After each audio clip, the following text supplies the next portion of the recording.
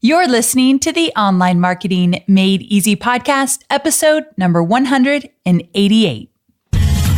Welcome to the Online Marketing Made Easy podcast. Business advice so easy, you'll feel like you're cheating. And now your host, Amy Porterfield.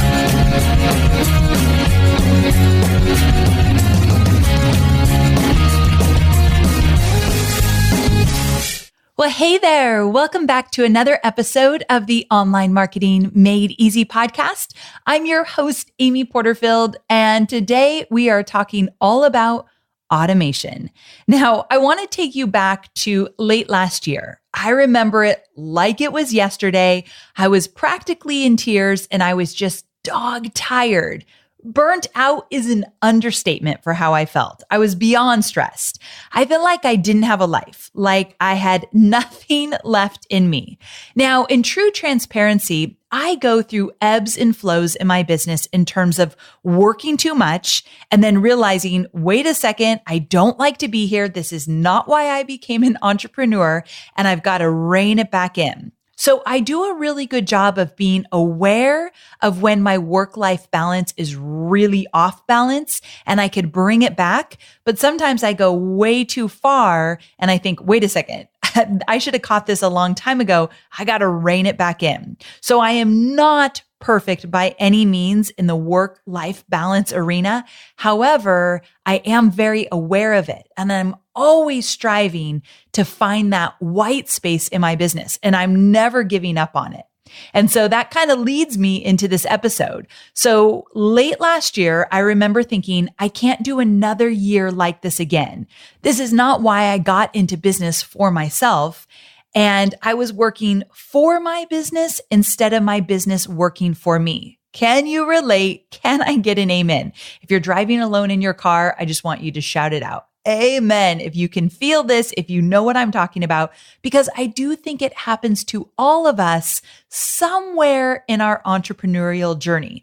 Unfortunately for me, it happens a little bit more often than I'd like, which is why I have to be very aware and rein it back in. And if you've ever listened to that episode I did with my husband, Hobie, he's a really good, this is not a real word, reiner-inner. He's really good at saying, whoa, Amy, this is getting a little out of control. I feel like I haven't seen you enough this week or this month, and I need you to kind of put things into perspective here. Remember what really matters. So it's nice to have someone on my side knowing when I'm going down that entrepreneurial rabbit hole and I got to come back. So late last year, I dove really deep into it, working on launches and new projects and different things that we had on our plate. And I felt like I had to get it done.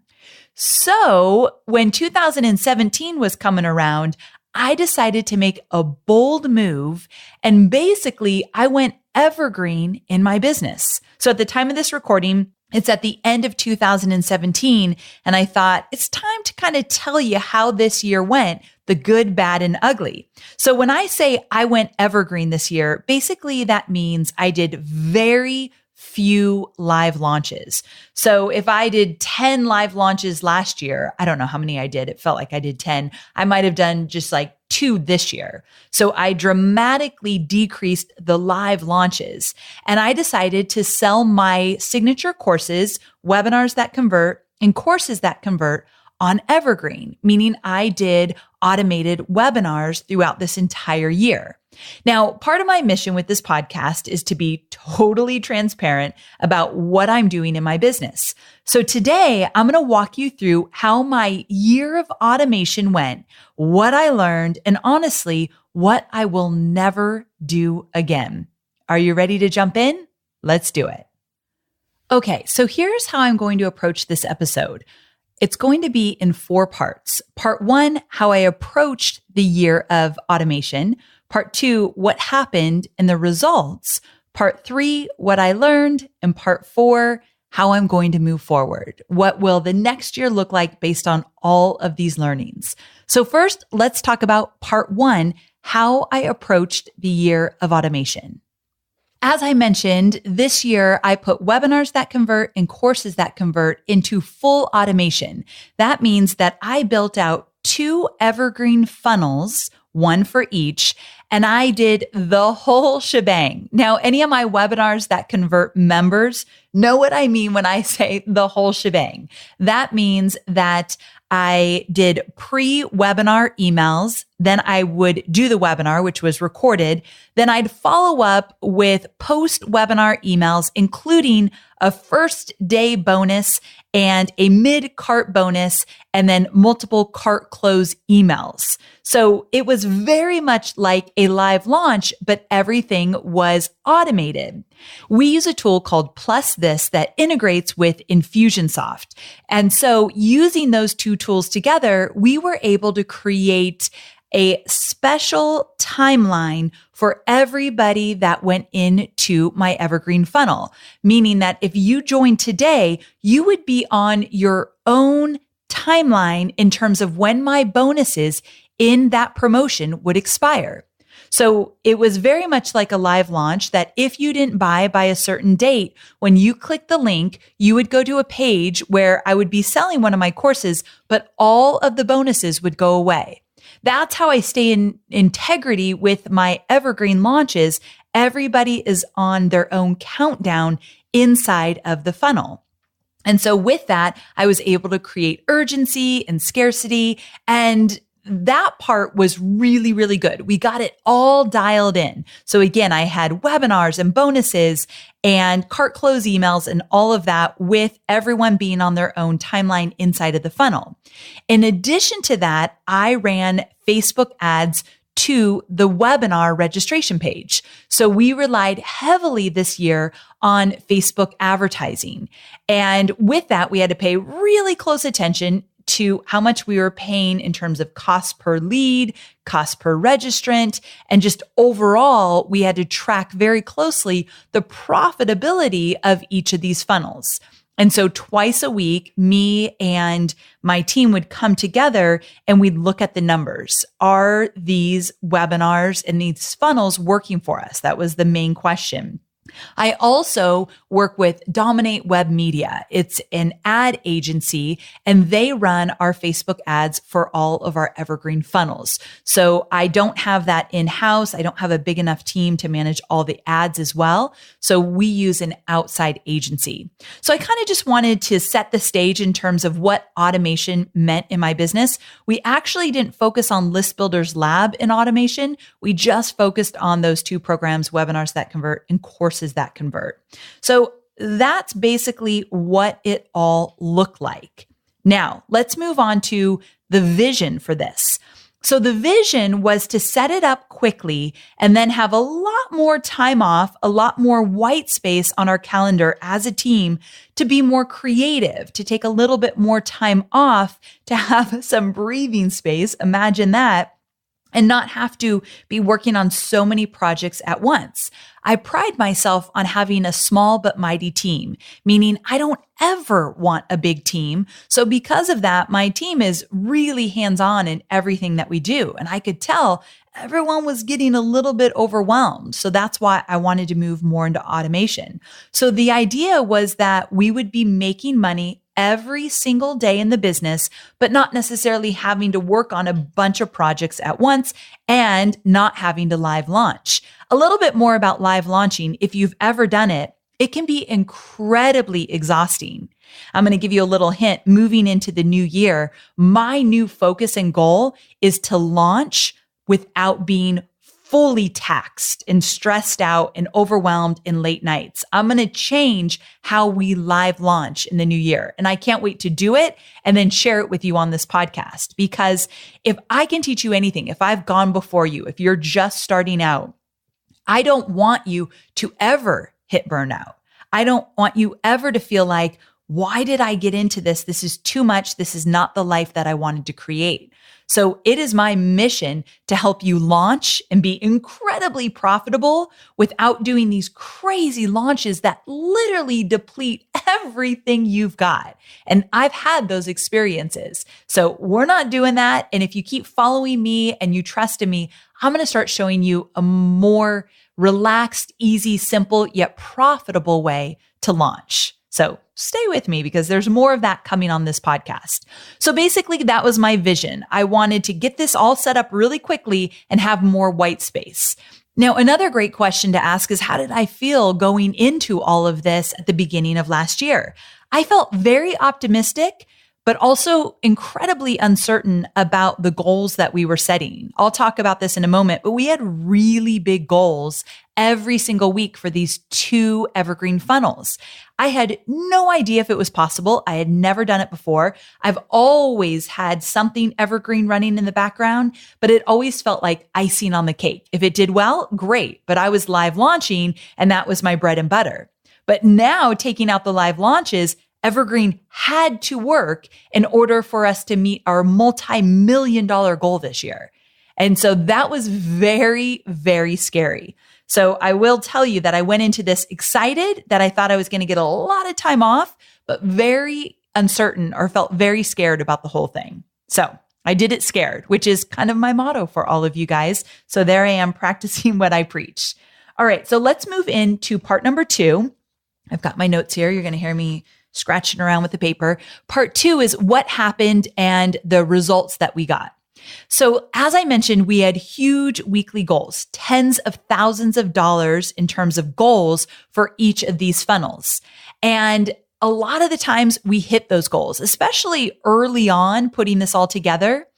But there were weeks that we didn't hit the goals, which made me very nervous because when you're an Evergreen, if you want to catch up, let's say a week went by and we didn't hit our goals, catching up is tough because everything's already laid out. It's not like you're going to change a bonus or change an email or anything like that. You've got it going. Now, I take that back. You can change everything, but the whole goal was we didn't want to always be tinkering with this.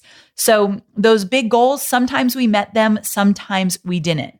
Another thing in terms of what happened is that it took months and months and months to get these funnels where I wanted them. I'm not actually a perfectionist, so it had nothing to do with me trying to make them perfect. It was just that I had never relied on my revenue coming from these, so it felt like I had a lot more writing on them. And it's difficult to fix an automated funnel because there's no real engagement there. And so in a live launch, if something's not working, you'll hear about it in the moment and you can tweak it and you're responding to people in real time. So you're learning so much about what's working in your program, where your audience is struggling, what they need. And you can literally fix that in the moment during a live launch. I've done it many times. Evergreen, it's like things don't go well for a while before you kind of figure out what to do and fix it. Then it takes a while for that to actually get implemented and into the funnel. So I felt like big chunks of time went by where the tweaks that I wanted to implement right away, it just took forever. So this is my own experience. It didn't have to be this way, but this was my experience working with Evergreen. I felt like the turnaround took a whole lot longer to see the results from that. Also, we did a lot of tweaking, especially in the first half of the year. So because of that, that white space was like a joke. We were always tinkering inside of our funnels, looking at numbers, trying to figure out why would we hit those numbers one week and then we'd be behind the next week. And so I wasn't used to that. I wasn't used to not really knowing the answers of why something wasn't working. And that is a very uncertain feeling. So I just want to share that with you that I've always told my students that it's important to live launch in order to know what's working and what's not working. And then you can put things on automation. And that's exactly what I did. I didn't put anything on automation till I had live launched it a few times. But even after we launched it live a few times and then went into Evergreen, there was still some tweaking we needed to do. Now, the reason for that is we didn't set conservative goals. We had really big goals. Sometimes our goals were $50,000 a week for each of the funnels. I know that's crazy. Remember, we put money into our Facebook ads in order to fill up these webinars to hit those big numbers. And I've been doing this for a long time. So I don't suggest big goals like that for everybody. But again, remember, this was driving our revenue forward this year. We really needed to make some big numbers in order to hit the multi-million-dollar goals that we set for ourselves this year. And so because those goals were so big, when we weren't hitting them, we had to get in there and fix things. So let's transition into what I learned. Now that you kind of know what happened, what took a lot of my time this year in terms of fixing the funnels, tweaking them, working with a new ads team. We had switched our ads team mid-year. We wanted to try a new team and work on different things. And so we went over to Dominate Web Media. So all of these things slowed us down. And I think that just happens sometimes in business. And I just wanted to share with you some of those struggles with Evergreen. And I thought it would be a lot easier than it was. So that is the truth. So let's get into what I learned. First, I want to stay positive because there were a lot of positives in terms of going evergreen. Number one is that you always have to try new things in your business. I want you to look at this year and really be honest with yourself and ask yourself, what did I try that was like a bold move that I made? Remember, if you listen to my podcast in the beginning of this year, I said, make some bold moves, try some new things, branch out. Mine was evergreen for sure, but did you make some bold moves? And I'm so very, very glad that we went evergreen this year so I could learn all of these different nuances about how funnels work, how my team works together, how quickly or not quickly we can get things changed based on the feedback we get from our audience. I mean, the lessons were endless. I also will say that the funnels ended up generating over $2 million in sales. So they did incredibly well. Not as well as I wanted with my big audacious goals, but heck, you got to make big goals, right? It's okay if you don't always meet them, but we're going to have an amazing multi-million-dollar year, well beyond 2 million because we did other stuff. So yes, the funnels were incredibly profitable for us, even though I didn't reach my big audacious goals with these evergreen funnels. Also, I will say when we're talking about learnings, the aha moments and insights will definitely propel my business forward. I'm actually very excited to start the new year with all the lessons I learned about funnels, about bonuses, about tweaking webinars, about Facebook ads, all this stuff that I get to teach all of you. So if I didn't get in the trenches this year, even though it was kind of a painful year in terms of all the tinkering and all the changes that we made inside these funnels, if I didn't do that, I wouldn't be as good of a teacher I am right this minute with all this new stuff I've learned. And I only teach what I do. So I had to do it. I had to get in there. So that was a huge, big, great bonus to this year of automation. Now, on the flip side, because it's not all about money, like if you hear me say we made over $2 million with our automated funnels, you might be like, shut up, Amy. Like I'd give anything to make $1 million in my business and you're complaining that it didn't work. Remember, it's all relative, 100%. I don't judge you. You don't judge me. It's all relative. And also, I will say that it's not always about the money. So the experience and how I felt this year plays a big part. Now, I know it's about money when you don't have it. I get that. I've been there. But really, truly, I know all of us didn't get into business as entrepreneurs just because of the money. The lifestyle and choosing to live how we want to live and building a business and a life we love, that is incredibly important. So here on the flip side is what I didn't like about my year of automation. Number one, I felt that I lost connection with all of you this year. Not completely. I still feel like we've got this connection, but not nearly as strong as it could be. And when you go into automation, you really do lose that connection or some of that connection. So of course I connect with you all on social media. And I've done a lot of live video this year that I think saved me. If I wasn't doing live video, I would feel shut off from all of you. I know it's a bummer that you see me on video and I don't see you, but in the comments, we get to communicate in real time. But when you live launch, you get that real-time, instant connection at a time when people are deciding if they want to work with you. They're sharing with you their challenges, their worries, their fears. You get to be their go-to source. And I think that is so important as an entrepreneur, you showing up for your potential students, potential customers. your audience as a whole. And I lost some of that this year. And that was a big deal to me. And I didn't realize it till third quarter of this year. I felt depressed. There was a little bit of like, something's wrong. I feel blue. Like, I just don't know how else to explain it. And I realized I don't have the connection that I've always had with all of you. So the lesson learned here is that I will definitely do more live launches, not nearly as many as I did the year before where I burned out, but I'm definitely going to show up live in promotions more. I'm just going to do them differently next year, which I can't wait to share with you as I get into the trenches and start doing that. So one thing that's a great example is I just live launched List Builders Lab. And I loved it. I was live on video during the webinars. First time I've ever done that. The comments were insane. We kept the chat box open by accident on the first Zoom webinar. And after that, we're keeping this open all the time. You guys were amazing.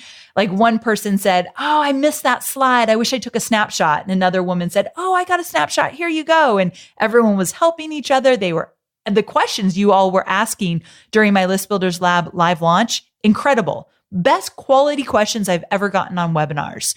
So I was back in the game late this year, and it just reminded me this is where I'm supposed to be. Not all the time, but more often than totally pulling back. I pulled back way too much on the live launches this year.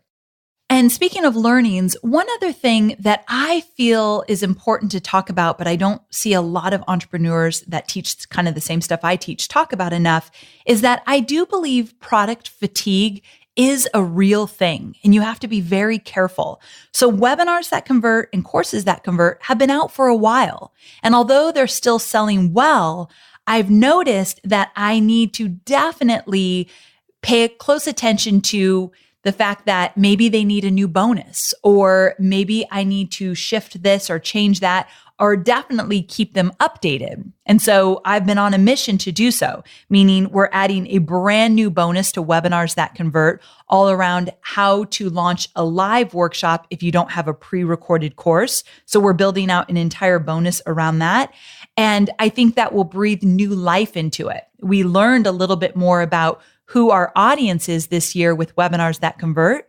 We found out that many of them joined the program and have nothing to sell. So once I found that out, I thought, oh, we're going to update this program with this brand new bonus. I think we need to do that pretty regularly, maybe even once a year for the programs that we continue to sell over and over again, because it brings new life to them. It makes them excited. It makes you more excited as a course creator to talk about them. It allows you to tweak your messaging if needed. And it allows more people to look at it in a different way. Like, oh, wait, webinars that convert is going to help me sell even when I don't have something to sell yet. Maybe I'll pay attention next time I see her talking about her webinar around this program. So updating a program, keeping it fresh, adding new bonuses, I think is important, especially if it's on Evergreen. 2 more lessons I want to share with you. I've always said this, my students know this, but there is definitely an increased perceived value for a live launch versus an Evergreen launch. Launch, promotion, whatever you want to call it. If it's live, people show up differently. There is no way around it. And I've always said this and always known this. Here's the thing though, when you are on Evergreen, you're promoting every single day. So I have a webinar running at multiple times a day, every single day, Monday, Tuesday, Wednesday, Thursday, Friday, Saturday, Sunday. So that's very different than 2 weeks of live launching. So even though the perceived value is greater during a live launch, you still can come out even in the wash if you do it right, because you're running the Evergreen promotion every day. Regardless, there is a higher perceived value with live launching. So if you only do Evergreen, I feel like you're losing that excitement and that energy. And that leads me to my final big learning. And that is that the energy around live launching is like magic. It is. It might sound dramatic, but people rally behind something. They get excited. You are solidifying your team. I don't know if you guys have ever been in a live launch, but if you have, you know, your team rallies together. When you meet your goals, it's a huge celebration. When you don't meet your goals, you get tighter in trying to figure out as a team how you're going to do it. So there is a magic that you lose if you don't live launch at all throughout the year. Now, I did 2 live launches this year. B-School was live. I did live webinars. I showed up live on video, and then List Builders Lab. But that's dramatically different than all the other live stuff I used to do. So I just felt like I lost some of the magic going full evergreen. So let's move into how I'm going to move forward. I've already hinted at a bunch of this, but for next year, I'm definitely going to do a mix of live launching and evergreen. I will never give up evergreen. I think as entrepreneurs, it is a great way to reach more people, to promote consistently so you don't have those huge highs and lows in your revenue. It's very consistent when you have evergreen. That was another big bonus to doing evergreen this year. And also, I think it's a great way to get your products and promotions out there, but not always having to show up so you don't burn out. However, I don't need to say it anymore. That live launching component in your business is not only good for your students, it's good for you as an entrepreneur. So next year, I'm going to do a nice mix of both. Okay, so there's going to be a really nice mix next year. But here's what I'll say to kind of wrap things up. You never want to reach burnout, but you also don't want to reach a point that you just keep doing the same thing over and over again. Because as an entrepreneur, I'm guessing you like variety and you like to change things up and you like that excitement. And I think that's why it's hard sometimes to be an entrepreneur and have that work-life balance, because you don't want to get burned out, but you want to try exciting things. You want to do all things all at once because you're excited, but you also want the white space. I mean, the struggle is real for sure, but be aware of it like I am. Just be really aware, and you will always find that opportunity to come back to where you feel is a really nice balance. Not a perfect balance, but a nice balance for you. I also want to encourage you to mix things up as we move into next week's episode, and I help you plan out your next year. Keep in mind, you definitely want to try new things, make bold moves. I do not regret my year of automation at all, but I will not repeat it. The lessons, the insights, the aha moments, the revenue, all of that was so worth it. And I know how I want to live my life. I know how I want to show up with all of you. And this wasn't it. So I've got to just change things up. And that's the beauty of calling the shots. When you're an entrepreneur, you get to change direction whenever you want. You got to love that. And the last thing as we wrap this up is that I want to be a fierce protector of my own work-life balance. And I want to be a really good example to you. So you will hear me talk about this more and more in the coming year through this podcast, because I think that's an important topic we need to remember as we dive into funnels and Facebook ads and challenges and webinars and all that good stuff that we absolutely love. So that is my promise to you.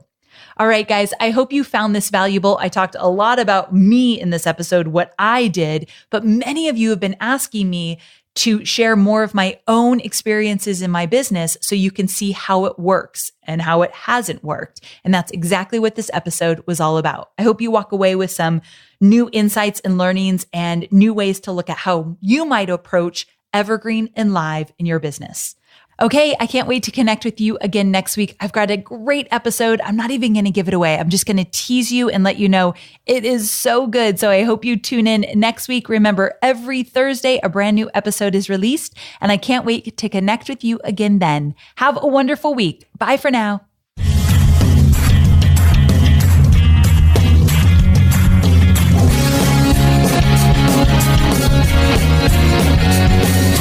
Thanks for listening to the Online Marketing Made Easy podcast at www.amyporterfield.com.